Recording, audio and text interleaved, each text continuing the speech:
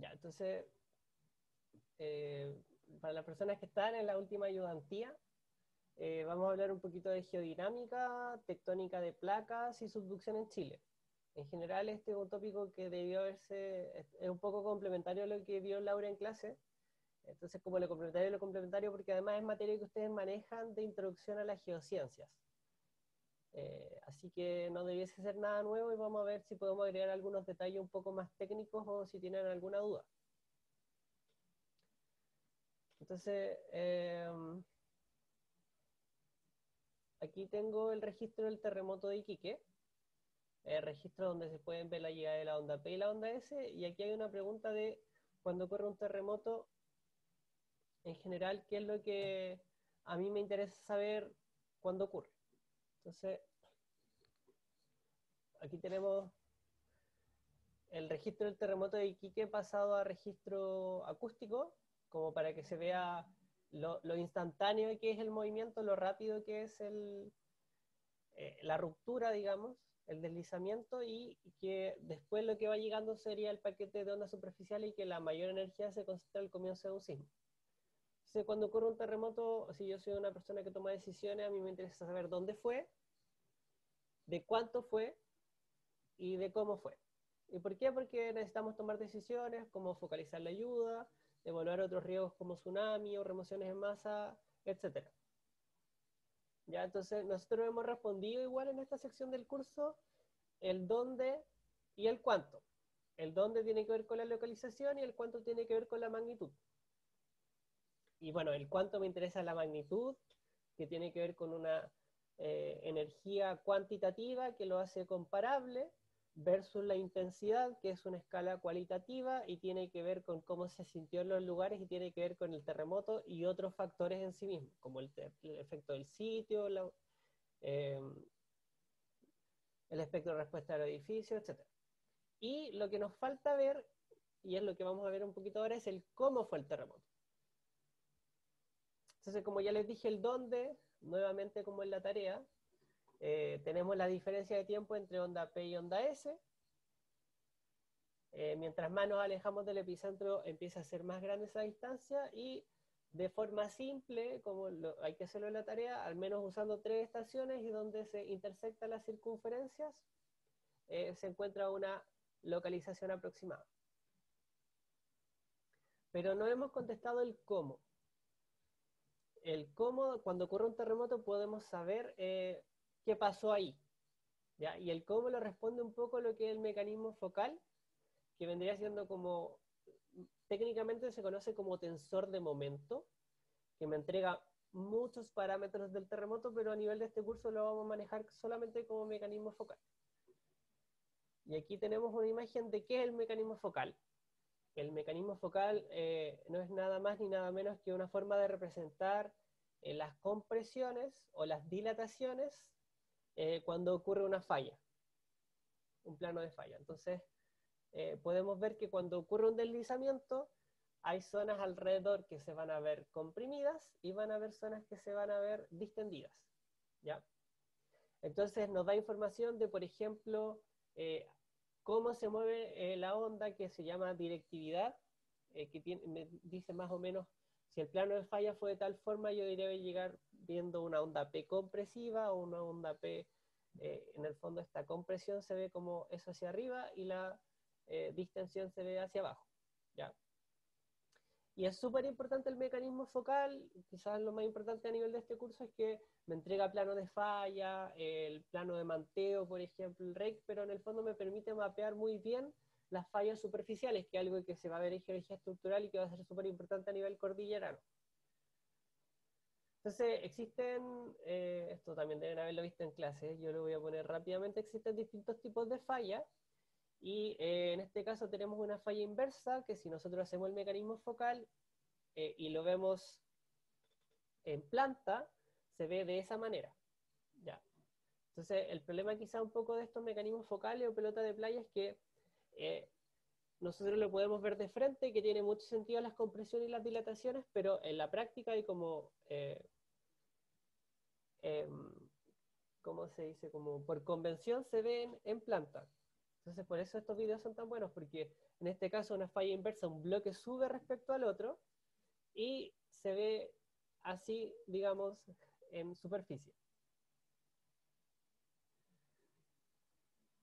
Tenemos también una falla normal, es decir, un bloque baja con respecto al otro, y podemos ver cómo van las compresiones y las dilataciones, y así se ve en planta. Y finalmente tenemos la falla tipo cisalle, es decir, ninguna se mueve hacia arriba o hacia abajo con respecto al otro, sino que se mueven en el mismo plano.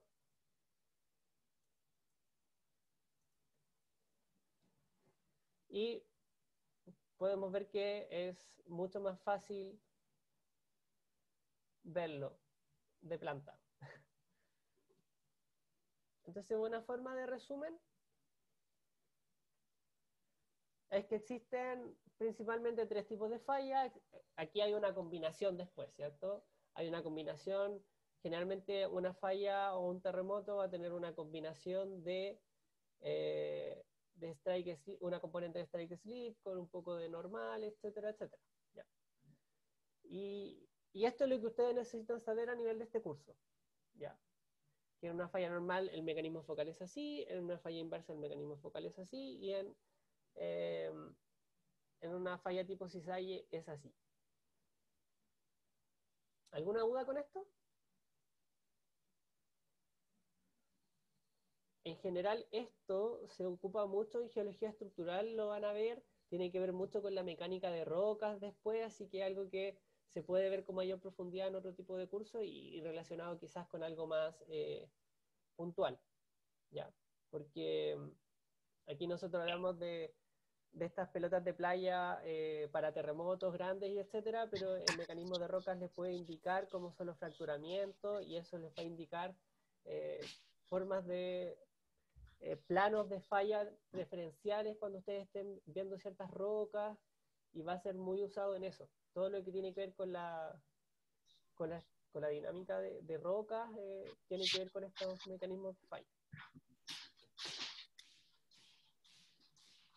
Como les decía, es súper importante estos mecanismos porque me indican un poco, me pueden ayudar a mapear fallas. Como cada sismo va a tener asociado, fue una pequeña ruptura que va a tener asociado este mecanismo, podemos ir viendo cómo se va, si hay muchos de una zona y se mueven más o menos de la misma forma, me va indicando hacia dónde va manteando la falla, ese tipo de cosas. Aquí, por ejemplo, tenemos la famosa falla de Liquiñovsky, y podemos ver cómo está siendo mapeada por estos sismos que vieron que se mueven más o menos similar. Vieron que los mecanismos son más o menos parecidos. Entonces aquí vamos a hablar un poquito de la distribución geográfica de los terremotos. Aquí hay una recopilación que hizo Ruiz y Madariaga en el 2018 de básicamente los mayores terremotos registrados y documentados desde Chile, donde pueden ver que las barritas significan qué tan grandes fueron, dónde fueron, son terremotos de tipo subducción y podemos ver también la sismicidad de varios años. Y podemos ver que son distintos colores porque cada color representa la profundidad. Entonces, por ejemplo, podemos ver que lo más rojo son terremotos muy profundos. ¿Y dónde están ubicados? Están ubicados debajo, por ejemplo, de la cordillera o incluso en la zona argentina. Tenemos terremotos entre 0 y 25 kilómetros que están principalmente en la costa. Entonces existe una distribución. Parece que los terremotos más profundos ocurren en cierta parte y además los terremotos más grandes a lo mejor no son los más profundos porque tiene que ver con el tamaño de la pelotita. Entonces existe una distribución geográfica de los terremotos en Chile. ¿Ya? Pero, ¿qué quiere decir eso? Quiere decir que en Chile al menos se clasifican los terremotos de distintas formas. ¿Ya? En Chile se clasifican los terremotos según dónde fueron y a qué profundidad. Ya aquí tenemos una imagen de Santiago, digamos, y tenemos aquí lo vamos a ver un poquito, pero ustedes ya deberían manejarlo, está en la corteza oceánica, la placa de Nazca, que subducta bajo una corteza continental, la placa sudamericana, aquí está Santiago incluso, y podemos ver que ocurren sismicidad en distintas partes de esta subducción. Entonces tenemos la típica, que sería en A, que se llaman terremotos interplaca. Entre estas dos placas, entre el contacto de la placa de Nazca con la placa sudamericana, y la profundidad de estos sismos puede variar entre 10 y 60 kilómetros de profundidad. ¿Ya? Entonces, latitud y longitud se tienen que ubicar en esta zona, en el contacto, y además tienen que estar a esta profundidad y se clasifican como un terremoto interplaca. ¿Y tienen que ver con qué? Tienen que ver principalmente con este trabamiento de una placa con respecto a la otra y después una liberación rápida de energía. En B tenemos los terremotos de intraplaca de profundidad intermedia, que es un poco raro el nombre, pero en el fondo tiene que ver que ocurren en la placa oceánica, la placa de Nazca, pero a mayores profundidades y más allá del contacto. ¿Ya? Entonces, si se acuerdan un poquito de calor y estructura de la Tierra en esta zona, ya hay una isoterma distinta, hay una reología, un comportamiento de los materiales distintos, y aún así existe fallamiento y produce terremotos, que son, por ejemplo, los que se han sentido en Farillones, o son los típicos cuando uno dice que se sintió como harto ruido quizás, y por ejemplo ha producido grandes terremotos en el sur del Perú, terremotos que pueden ser de gran magnitud, pero a lo mejor por la profundidad no causaron tanto daño, etc. El terremoto más mortífero de Chile es el terremoto de Chillán, del año 35 o 39, uno de esos dos, no me acuerdo bien, y fue un terremoto de características intraplaca. ¿Ya? El 39, gracias Alfonso. Fue un terremoto de características intraplaca. Entonces, si bien en Chile los terremotos más grandes y los más recurrentes son los terremotos de tipo interplaca por este trabamiento, digamos, el terremoto más mortífero de la historia de Chile ha sido un terremoto de características intraplaca. De hecho, Chillán Viejo y Chillán Nuevo es por eso, o sea, destruyó Chillán. Después tenemos los terremotos corticales, que uno podría decir que también ocurren en una sola placa y tienen que ver con la placa continental, que el esfuerzo de este trabamiento se transmite, digamos, y es el fuente de formación, digamos, y ocurre principalmente en la cordillera. Tiene que ver con esta sismicidad que tiene que estar asociada a fallas, la falla de San Ramón, la falla de Coya, ¿cierto? Tiene que ver con todas estas fallas que hay en la cordillera y que son superficiales. Y ahí se ve que son entre 1 y 20 kilómetros. Y finalmente tenemos los terremotos de tipo outer rise, que estarían en el mar, están, digamos, a la altura de nuestra ciudad de la depresión central, pero al otro lado de la fosa o de esta subducción o de este contacto, y tienen que ver también con una transmisión de esfuerzos producto de este doblamiento. Entonces, por ejemplo, si ustedes doblan su mano, y podríamos pensar que aquí está la subducción, ¿cierto? Porque esto baja, ustedes van a sentir que en esta parte, digamos, también se siente como una tensión. Y esa tensión produce estos terremotos tipo outer rise que ocurren entre 10 y 20 kilómetros y en general no son tsunamigénicos, en general. Y no son de grandes magnitudes tampoco. Pero existen. ¿Ya? Entonces, esos son los tipos de terremotos que se manejan. ¿Ya? ¿Alguna duda con esto? Esto es como más informativo igual. Entonces vamos a pasar ahora un poquito a tectónica de placas. Bueno, aquí hay un mapa que muestra la Tierra de hoy y nos vamos acercando hacia el pasado. ¿Ya? Y podemos ver los cambios que han ocurrido en la superficie terrestre, entonces, hacia atrás. ¿Ya? Y es algo que más o menos es conocido, es cierto que todos los continentes estaban juntos. De hecho, aquí pasa un periodo donde la Tierra está mayormente cubierta de nieve, que es lo que se conoce como la Tierra bola de nieve, que ha pasado varias veces en la historia geológica de la Tierra que está cubierta de nieve completamente. Entonces, uno puede ver que hay cosas que se mueven en la superficie de la Tierra y que son procesos que han ocurrido a lo largo de los 4.500 millones de años de la Tierra. ¿Ya? Y eso tiene que ver con la tectónica de placas, ¿cierto? Existía una teoría, la teoría de la deriva continental, que ustedes deben saber que fue de este meteorólogo que murió trágicamente en una expedición antártica también. O sea, no sé si Antártica, pero en una zona de harto hielo. Y él postulaba que los continentes habían estado juntos. El problema de la teoría de la deriva continental es que no explicaba el mecanismo, ¿ya? Solamente explicaba como la evidencia como de consecuencias, pero no decía por qué se movían. Eso es lo que le faltaba un poquito a la deriva continental y un upgrade, digamos, como un complemento y que crea la tectónica de placas, que es una teoría bastante nueva por lo demás.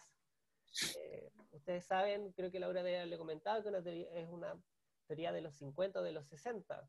Si ustedes se fijan, el concepto de átomo cuántico viene de 1900 aproximadamente, y recién en los 60 tenemos una teoría que explica los terremotos. Entonces, ahí para que vean como los grandes avances que se ha logrado al menos en la materia de ciencias de la Tierra en los últimos siglos. ¿Ya? Entonces, ¿cuál es el mecanismo que mueve los continentes? Y es algo que vieron, y también lo tuvieron en la prueba, ¿cierto? Tiene que ver con el calor. Que el centro de la Tierra tiene calor, este calor sube y crea estos flujos convectivos, y estos flujos convectivos salen por alguna parte y generan este movimiento. Entonces, de un lado crean placa, y este movimiento también hace que las placas choquen y, por ejemplo, se produzca la subducción y una placa choque con respecto a la otra. Ya, entonces esta imagen es un poquito más, quizás más bonita que las típicas imágenes como solamente con flechitas respecto a cómo se mueve el calor y cómo produce este movimiento. Ya, y ahí obviamente también se ve que cuando chocan estas placas, que lo vamos a ver más adelante, una placa va a estar, que es corteza oceánica, tiene harto contenido de agua, cuando empieza a bajar y cambia la temperatura, porque ustedes saben que hay un gradiente geotermal, este líquido asciende y va derritiendo la roca y eventualmente crea los volcanes, etc. ¿Alguna duda con eso?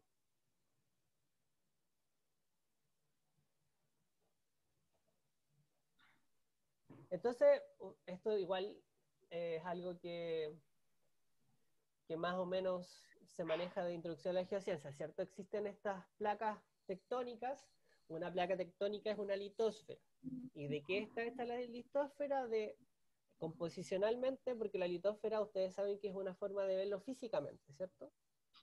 ¿Y de qué está hecha la litósfera composicionalmente? La litósfera es una mezcla de corteza con manto superior, ¿ya? Entonces las placas están hechas de litósfera, la litósfera composicionalmente son corteza más manto superior. Y esta corteza tiene bordes, ¿ya? Y ustedes deben saberlo, existen tres tipos de bordes o de contactos de esta litósfera porque está fragmentada. Tenemos bordes convergentes, divergentes y transformantes. Y aquí traje el caso específicamente para Chile, para que sepamos un poquito que en Chile existen todo este tipo de bordes. Tenemos el borde convergente, donde digamos, las placas chocan, y chocan porque aquí, por ejemplo, la placa de Nazca se está moviendo hacia un lado y la placa sudamericana, digamos, al otro. Y aquí existe subducción, ¿cierto? Un borde convergente, aquí en naranjo. Tenemos los bordes divergentes, es decir, las placas se mueven en sentido contrario. ¿Ya? Y aquí existe una zona que vendría siendo la parte de abajo de la placa de Nazca, que choca con la placa antártica. Entonces aquí tenemos placa sudamericana, placa de Nazca, placa antártica. En Chile tenemos 3 placas tectónicas, no 2. Y podemos ver que en esta zona existe un centro de expansión, ¿ya? Una zona de divergencia, donde se está creando corteza, corteza oceánica. Y acá también. Y en amarillo tenemos los bordes transformantes, es decir, una placa se mueve, no choca directamente con respecto a otra, sino que se mueven en el mismo plano. Tenemos una zona transformante. Y en Chile entonces tenemos un borde convergente, tenemos zonas con bordes divergentes donde se está formando placa oceánica, ¿ya? Y tenemos bordes transformantes, ¿ya? Y es súper interesante que en Chile existe un triple punto. ¿Qué quiere decir esto? En Chile existe un punto donde se mezcla la corteza continental, que es la corteza sudamericana, la corteza oceánica, que es la placa de Nazca, y la corteza antártica, ¿ya? Y en ese punto están las tres. Y es súper interesante ese punto, es súper estudiado, y de hecho aquí hay un volcán súper famoso que es el volcán Hudson, que su última erupción grande fue en el 91 y es uno de los volcanes más activos de esa zona. ¿Alguna duda con esto? Existen bordes convergentes, divergentes, transformantes.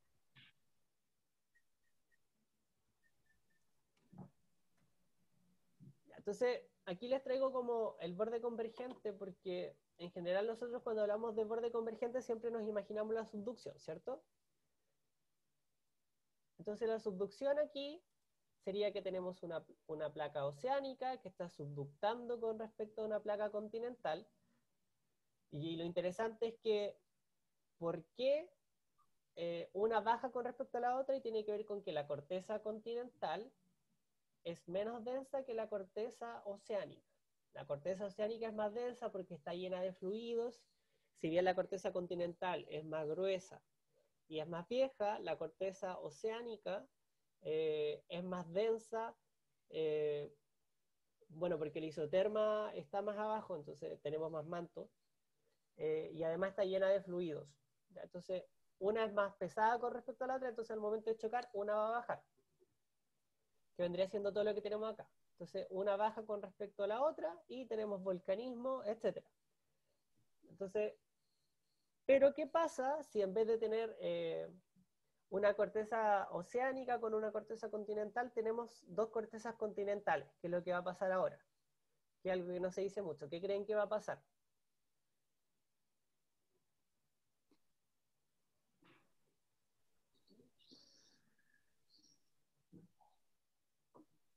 ¿No?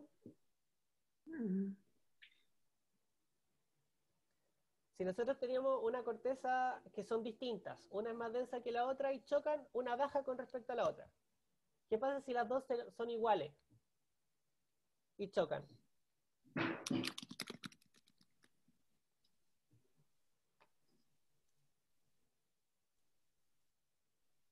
Pania dice las dos suben. Entonces vamos a ver en el video que ahí tenemos corteza oceánica, corteza continental, y cuando llega la corteza continental, efectivamente ya ninguna baja con respecto a la otra y empieza el alzamiento. Y aquí tenemos, por ejemplo, el alzamiento o el Himalaya, que no sé si ustedes saben, pero es una cordillera que sigue en crecimiento, sigue alzándose. Entonces, la primera cosa es que mucha gente dice la cordillera de la costa, la cordillera de los Andes, perdón, se forma por el fenómeno de subducción, lo cual no tiene mucho sentido si pensamos que tenemos la corteza oceánica y la corteza continental. Entonces, la cordillera de los Andes se formó por un choque de dos cortezas continentales en algún periodo de la historia geológica de la Tierra. Y aunque ustedes no lo crean, la formación de la cordillera sigue siendo un tema de debate en las geociencias. O sea, yo estuve en un congreso geológico hace un año donde la gente decía la cordillera de los Andes, más que estar creciendo, siempre ha estado cayendo. Eh, entonces, en general, la formación de la cordillera de los Andes sigue siendo algo como en discusión, aunque no lo crean, ya porque parece que es algo que siempre está ahí.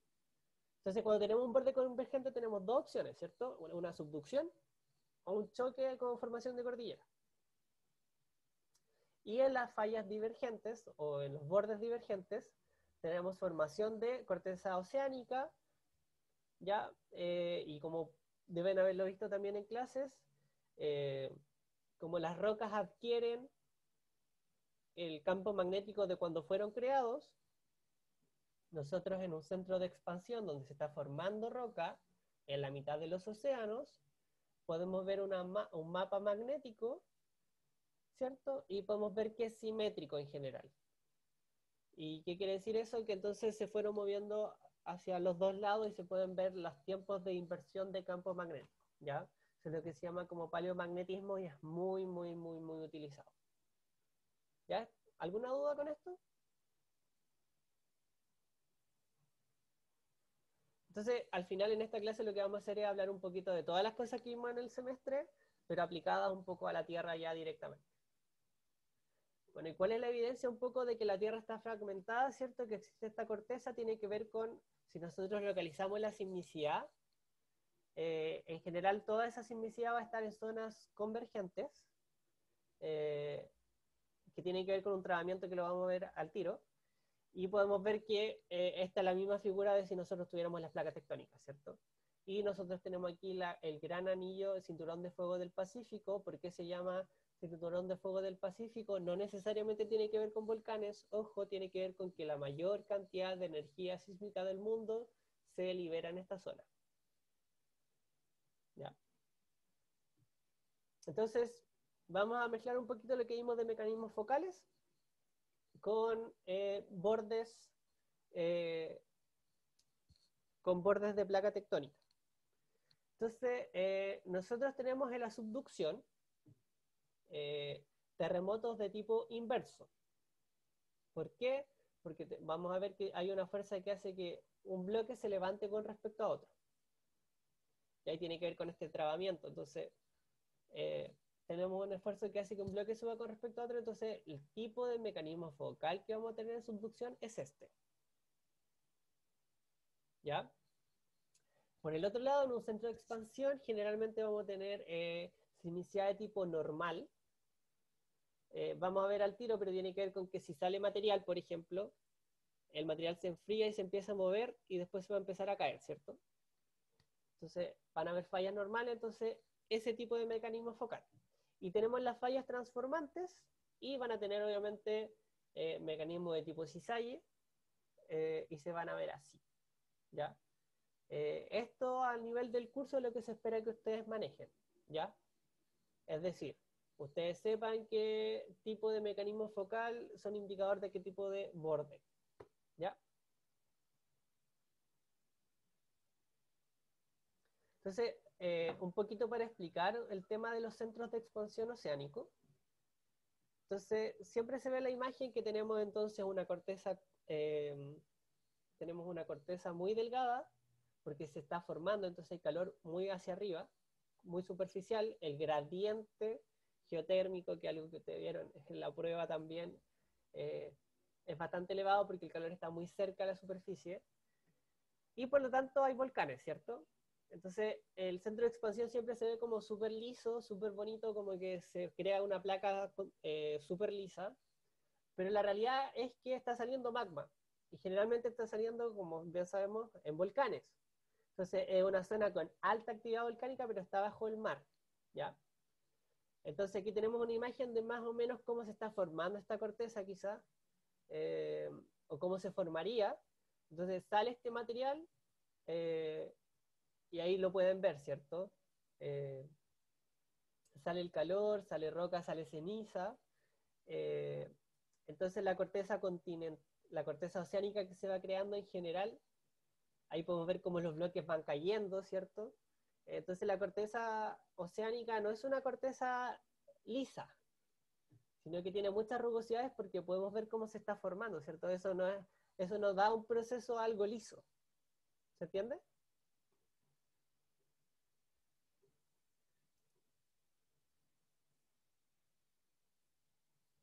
Entonces quiero, en esta zona, que son zonas de expansión, digamos, pasa el video que acabamos de ver.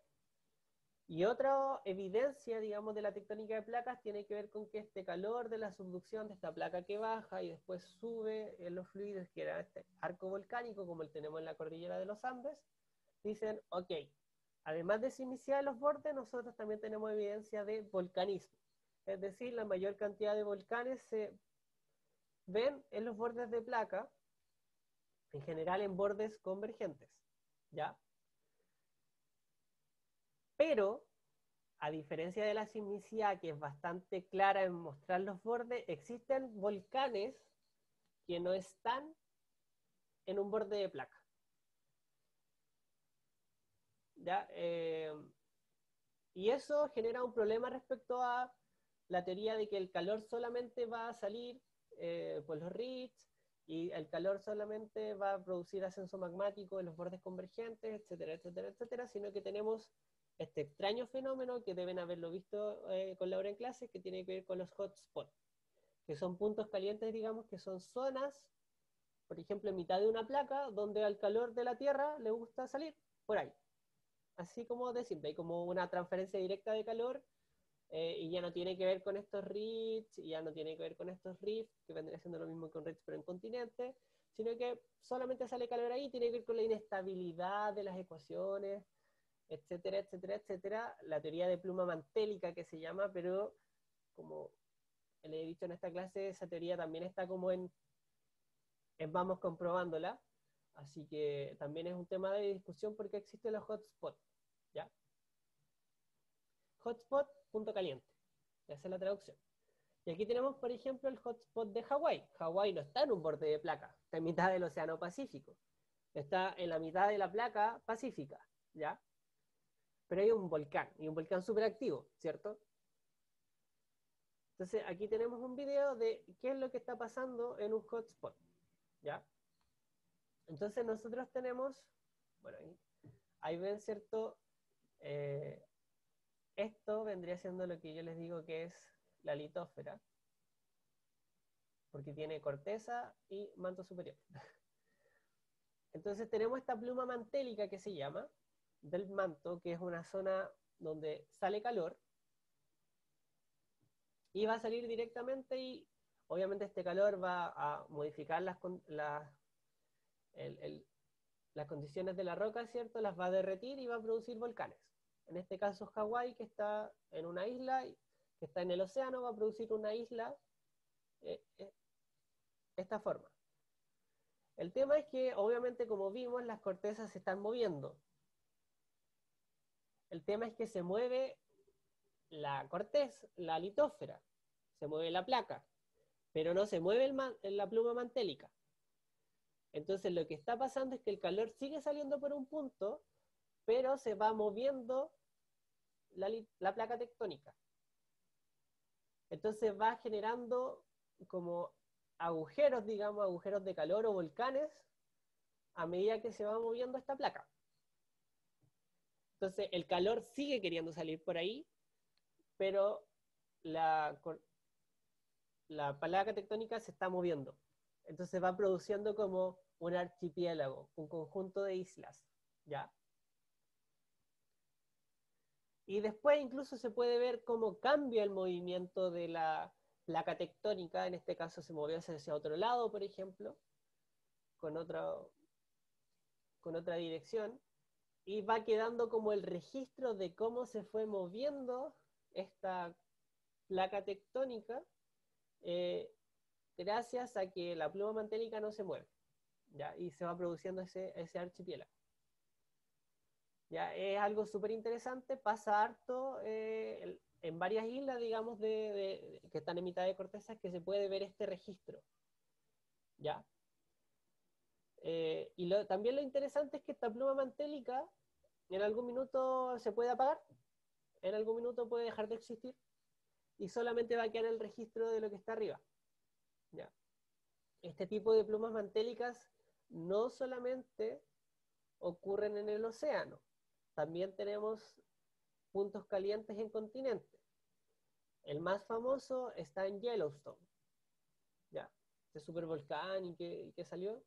Eh, Ahí también se cree que hay un sistema de punto caliente sobre continente, ¿ya? Es súper interesante que este proceso de formación de islas, como Hawái, también cree que fue lo mismo que el archipiélago de Juan Fernández, también se cree que fue lo mismo que la isla de Pascua, pero también está en veremos, ¿ya? Entonces aquí tenemos el caso ya, vamos a Chile específicamente. En Chile tenemos la placa de Nazca con la placa sudamericana, y podemos ver sismicidad asociada, ¿cierto? Estos son los sismos de profundidad intermedia. Aquí nosotros tenemos los sismos de subducción o sismos interplaca, y podemos ver cómo esta placa continental al bajar va a liberar fluidos, principalmente va a ser agua, porque estaba en agua, digamos, esta corteza. Y estos fluidos van a derretir la corteza continental, van a cambiar las soluciones del sólidos y líquidos, si es que lo han visto así en clase o lo van a ver más adelante, y se va a producir el arco volcánico, ¿ya? Entonces, en Chile vamos a ver por qué, por ejemplo, hay fallamiento inverso y cómo se produce un terremoto de la subducción. Aquí tenemos un video simplificado, donde podemos ver que la placa oceánica siempre va a querer bajar, ¿ya? Pero va a haber un trabamiento, porque ya vimos que la placa oceánica es irregular, igual que la placa continental, porque como se formó tiene estos grumos. Entonces se va a trabar ahí. Ya se va a trabar, se va a trabar, se va a trabar y se va a acumular la tensión, porque la placa quiere seguir bajando, pero se trabó en un punto y va a llegar a tal punto de tensión que eventualmente se va a liberar esa energía y va a producir un terremoto tipo interplaca, que son como los más conocidos, como el terremoto del Maule, como el terremoto de Iquique, como el terremoto de Illapel, etcétera, etcétera, etcétera. ¿Ya? Entonces aquí se puede ver específicamente cómo se va trabando y cómo eventualmente llega un momento en que se destraba rápidamente. ¿Ya? Ahora, lo curioso es que, aquí ya vamos a hablar un poquito más de Chile, lo curioso es que han habido muchos terremotos en Chile, pero no todos han sido del mismo tamaño, y si bien parece que está pasando lo mismo en todo lo que es Chile, porque Chile es básicamente la unión de la placa de Nazca con la placa sudamericana, existen estructuras, como ya les decía, estas protuberancias que vienen de la placa oceánica, que parece que controlan los terremotos. ¿En qué sentido control? Es una zona donde se acumula mayor tensión, entonces al momento del terremoto es una zona que desplaza mucho, o, que es lo que se conoce como una aspereza, una zona que desplazó mucho en un terremoto, o estas cosas actúan como barreras, es decir, impiden que los terremotos se muevan de norte a sur. Por ejemplo, el Codo de Arica, ningún terremoto del sur del Perú ha pasado por el Codo de Arica hacia el norte de Chile, y viceversa. Entonces se cree que el Codo de Arica tiene cierta particularidad que hace que la transmisión de esfuerzos norte-sur no sea posible. ¿Ya? Por ejemplo, ¿por qué el terremoto del Maule se detuvo y no siguió hacia el norte o hacia el sur? Digamos, esta ruptura. Entonces, existen estas asperezas y barreras, y esta cosa es algo que ha sido debatido harto, la verdad, en geofísica, en la geodinámica del continente chileno, en el margen del continente chileno, porque hay que ver bien por qué, al final, por qué los tamaños de los terremotos son tan distintos. ¿Ya? Por ejemplo, aquí tenemos en el norte de Chile, varios estudios, por ejemplo, el terremoto de Iquique, etcétera, que dicen, bueno, eh, ¿por qué son así los terremotos en el norte de Chile? En el fondo, como entendamos la placa, esto es lo que yo les decía, aquí está el Codo de Arica, y los terremotos del norte del Perú son así, y los terremotos del norte de Chile son así, pero no hay acá, ¿ya? Ninguno como que hace esto. Eh, entonces, ¿qué se ve? Se ve que tiene que ver mucho con cómo fue la corteza continental, el nivel de fluidos, ¿cierto? O sea, la corteza oceánica tiene que ver con la corteza continental, qué tan gruesa es. Eh, aquí tenemos velocidades de onda P, velocidades de onda S, si se acuerdan un poco de que eso indica ciertas características del medio, ¿cierto? Tenemos el terremoto de Illapel, eh, que es bien curioso porque el hecho de que no haya seguido hacia el sur, por ejemplo, aquí se ve el terremoto aquí está el terremoto de Illapel, el epicentro, digamos, y podemos ver que no se desplazó hacia el sur, y eso que hay una acumulación de sismicidad hacia el sur en réplica, y tiene que ver con que hay una zona que acumuló tensión y que impidió que se moviera hacia el sur el terremoto, ¿ya? Que vendría siendo producto de este monte submarino que está subductando acá, protuberancia. En el terremoto del Maule también tenemos algo bien curioso. Estos son mapas incluso pueden verlo acá, correcciones de aire libre y anomalías magnéticas, que son cosas que vimos en el curso y que me ayudan a mí, por ejemplo, en esta anomalía de aire libre o magnético, me ayuda a ver estructuras. ¿Ya? Aquí, por ejemplo, tenemos M1, que es esta zona magnética acá, especial, y tenemos zonas con densidades especiales. Entonces, a través del magnetismo y a través de la gravedad, nosotros podemos ver también estructuras en la placa. ¿Ya? Entonces, aquí estamos aplicando cosas que vimos en el curso, como anomalías magnéticas y anomalías de gravedad para encontrar estructuras en la subducción en Chile. ¿Ya? Y estas estructuras tendrían que ver con el terremoto del Maule. ¿Ya? También existen modelos de densidades, como el famoso modelo de Tazara, que tiene que ver con cómo es la subducción. Estos modelos de densidad entonces presentan una respuesta gravimétrica especial, y en el caso de Tazara estas densidades tienen que ver con la composición a lo largo del margen chileno. ¿Ya? Entonces, el modelo de subducción hay mucho que se ve por sismicidad, etcétera, y el de Tazara se ve por gravedad. ¿Ya? Para que vean como el uso que tiene quizás la gravedad, el magnetismo, la sismicidad que nosotros vimos, la localización de la sismicidad, para que nos digan cosas del margen chileno. Aquí tenemos otro ejemplo de cómo podemos ver, existe obviamente, podemos ver gravedad por satélite, creo que lo habíamos conversado cuando vimos la primera parte del curso, porque el satélite, tenemos dos satélites y mientras más se acerquen o más se alejen, quiere ver con la fuerza que hay estructuras abajo. Y podemos ver que existen estas anomalías quizás, justo donde vienen estas protuberancias, en el margen chileno. ¿Ya?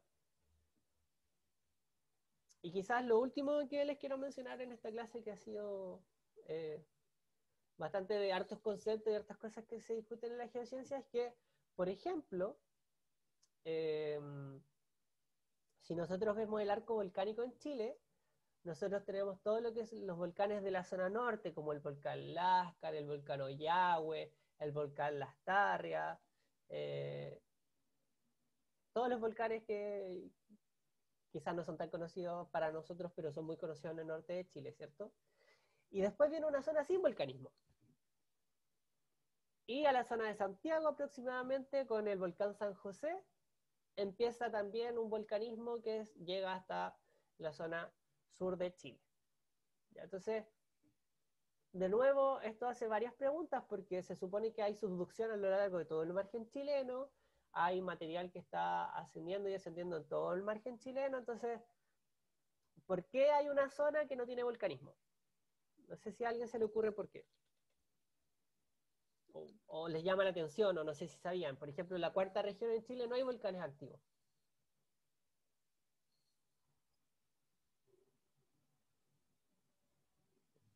No sé, Paulina, Carlos o Vania, si sabían que hay una zona en Chile que no tiene volcanes activos, que vendría siendo la cuarta región. ¿Ya? Entonces, eso trae hartas preguntas, en verdad, porque también aquí está lo que se conoce como el gap de Pica. También hay una zona en el norte de Chile donde no hay volcanes. Y eso también es harta materia de investigación. De hecho, lo que se conoce como el flat slab. ¿Ya? Y también tiene que ver con las sierras pampeanas o las sierras cordobesas en el lado argentino. ¿Ya? Es algo súper conocido en general, el fenómeno de flat slab, y tiene que ver con que la subducción cambia en esa zona. Y no cambia en el borde, sino que cambia un poco más profundo.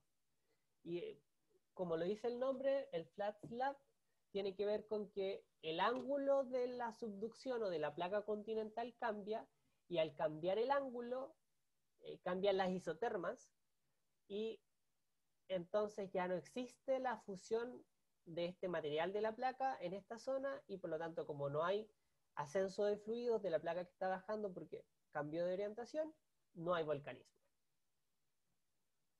¿Ya? Entonces es bien curioso y es harta materia de investigación porque existe una zona sin volcanes, ¿cierto? Hay sismicidad acá, por supuesto, aquí está el terremoto de Illapel, por ejemplo. Entonces parece que en el contacto no hay cambios, y lo que cambia es un poco más profundo. ¿Ya? Y aquí podemos ver, por ejemplo, el modelo de flat slab con gravedad, para que vean que sirve todo lo que se ha aprendido en el curso. Eh, y podemos ver que se explica que existe una zona aquí. Aquí tenemos la placa de Nazca con ciertos valores de, miren, esta es la anomalía de Auger. Eh, y podemos ver que existe una orientación o un ángulo especial en esta zona de subducción. ¿Ya? Y en esta parte se explicaría un poco esta eclogita que está acá, con esta densidad, ¿cierto? Porque un modelo de densidad, eh, nacerían de esta incapacidad de la placa de soltar todo el fluido y producir el volcanismo. Entonces, como que en el fondo, que la eclogita esté ahí me indica como, parece que el fluido se quedó en la placa continental, no salió hacia arriba por ciertas condiciones, entonces tenemos una densidad distinta ahí, que tiene que ver con este modelo de flat slab. ¿Ya? Y no solamente con gravedad se puede ver este extraño comportamiento, sino que en una tomografía sísmica, que básicamente me dice velocidad de onda P y velocidad de onda S, aparece una velocidad de onda P especial, ¿ya?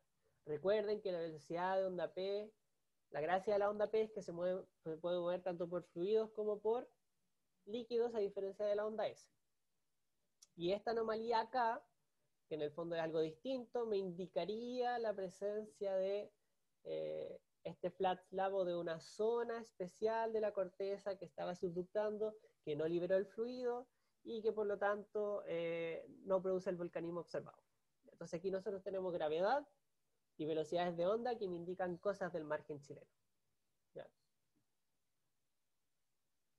Y con eso como que cerramos un poquito el curso diciéndole como eh, todos los métodos que nosotros aprendimos, la geofísica que nosotros aprendimos la podemos aplicar específicamente a Chile y podemos ver cosas en la subducción en Chile.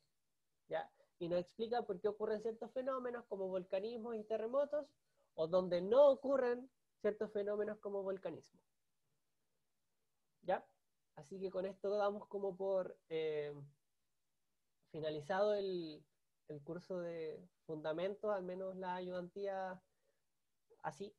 Así que esto era como un poco englobar todo lo que hemos visto, calor, gravedad, magnetismo, sismicidad, velocidades de onda, para explicar qué es lo que está pasando un poco en Chile. ¿Ya? ¿Alguna pregunta?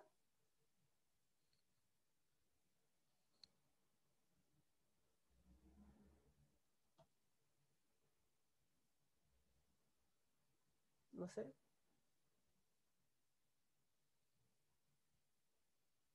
Carlos, Paulina, Mania.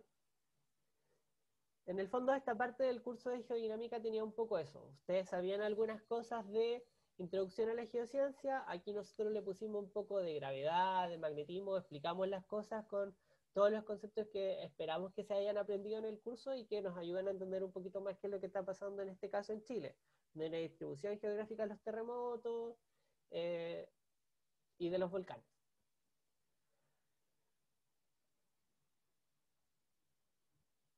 Y un poco la geodinámica, en el fondo, intenta explicar estos grandes procesos que ocurren en la Tierra, como geodinámica, ¿cierto?